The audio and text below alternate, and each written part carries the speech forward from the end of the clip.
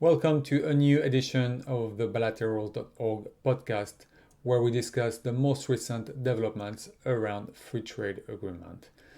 A new study analyzed the impact of NAFTA in Mexico and its replacement, the USMCA, during the 28 years it has been applied in the country. NAFTA went into force in 1994 between the US, Canada, and Mexico, and it was the first comprehensive FTA that became the model for all others. And in that sense, Mexico has been a lab for free trade for almost 3 decades now. Mexicans suffered devastating impacts of the agreement, such as loss of food sovereignty, cheap imports, privatization of seeds, increasing obesity, labor abuse, and so on. They also learned one overarching lesson: that free trade agreements subvert and dismantle laws, regulations, and legal processes in order to open up space for corporations to operate. This conclusion is all the more important since the Mexican government is about to confirm the upgraded agreement between Mexico and the European Union. Referring to history is essential if we are to understand the true nature of free trade agreements and organize the resistance against them. In Chile, after 4 years of legislative debate, the Congress voted to approve the Comprehensive and Progressive Agreement for Trans-Pacific Partnership, also known as CPTPP or TPP-11. The Chilean president sent a series of side letters to the 10 member countries which could extend the ratification process.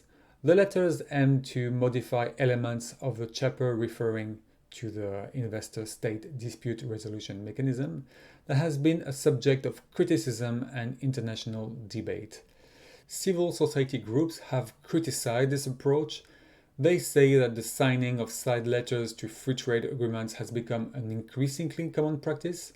Such letters aim to request certain safeguards in some areas of the treaties, but this does not change the essence of the treaty, since the impact of free trade agreements such as the TPP-11 have to be analyzed as a whole and not by chapters.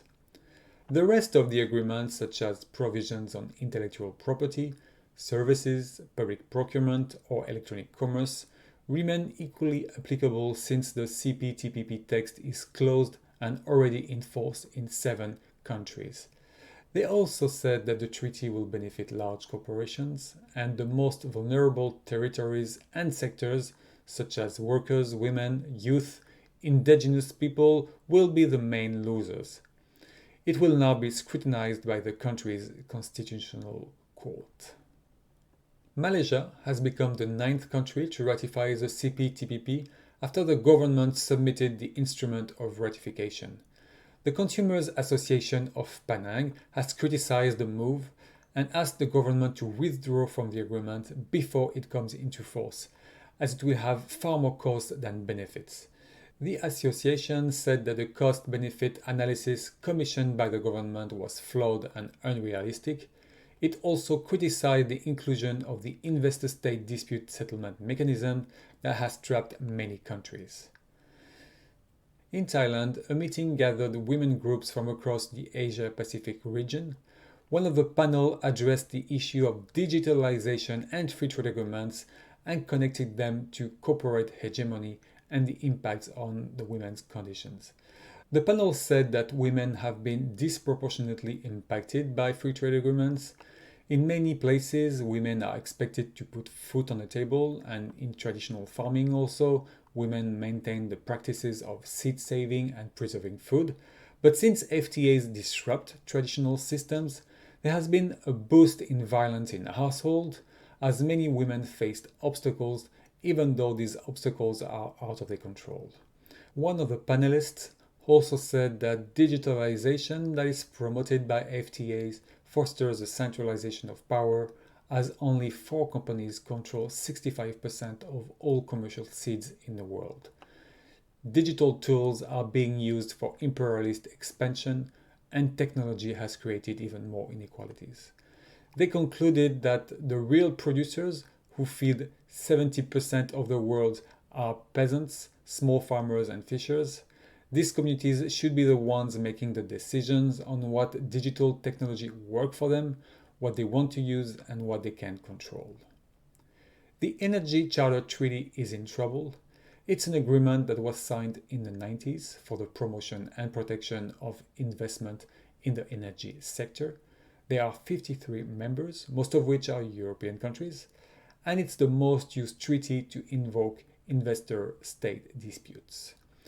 Italy left the agreement in 2016, and now France, Spain, Poland, Slovenia, and the Netherlands announced they will leave it as well due to an unsatisfying reform process. Many civil society groups have criticized the treaty for years and the reform text as well. They say that the reform treaty would continue to protect fossil fuels investors for another 10 years in addition to a 20 years sunset clause. They're also critical that the treaty would extend protections to new investments such as carbon capture or hydrogen, which could hamper the ability of states to end reliance on fossil fuels.